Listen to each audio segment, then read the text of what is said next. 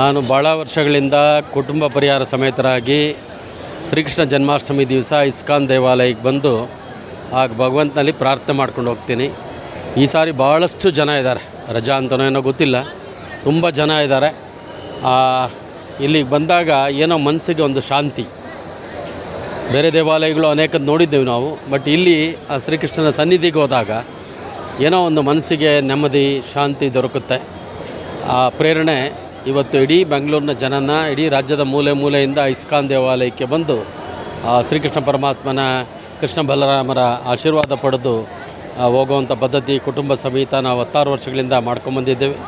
ಪ್ರತಿ ವರ್ಷ ಜನ್ಮಾಷ್ಟಮಿ ದಿವಸ ನಾನು ಬಂದು ಈ ದೇವರ ಆಶೀರ್ವಾದ ಪಡ್ಕೊಂಡು ಹೋಗುವಂಥ ಸಂಪ್ರದಾಯನ ಇಟ್ಕೊಂಡಿದ್ದೀನಿ. ಭಗವಂತ ಸಮಸ್ತ ನಾಡಿನ ಜನತೆಗೆ ಒಳ್ಳೇದು ಮಾಡಲಿ, ಮಳೆ ಬೆಳೆ ಚೆನ್ನಾಗಾಗಿ ಸುಭಿಕ್ಷವಾಗಿರುವಂಥ ಅವಕಾಶ ಈ ನಾಡಿನ ಜನತೆಗೆ ಶ್ರೀಕೃಷ್ಣ ಪರಮಾತ್ಮ ಕಲ್ಪಿಸ್ಕೊಡ್ಲಿ ಅಂತ ಶುಭ ಹಾರೈಸ್ತೀನಿ.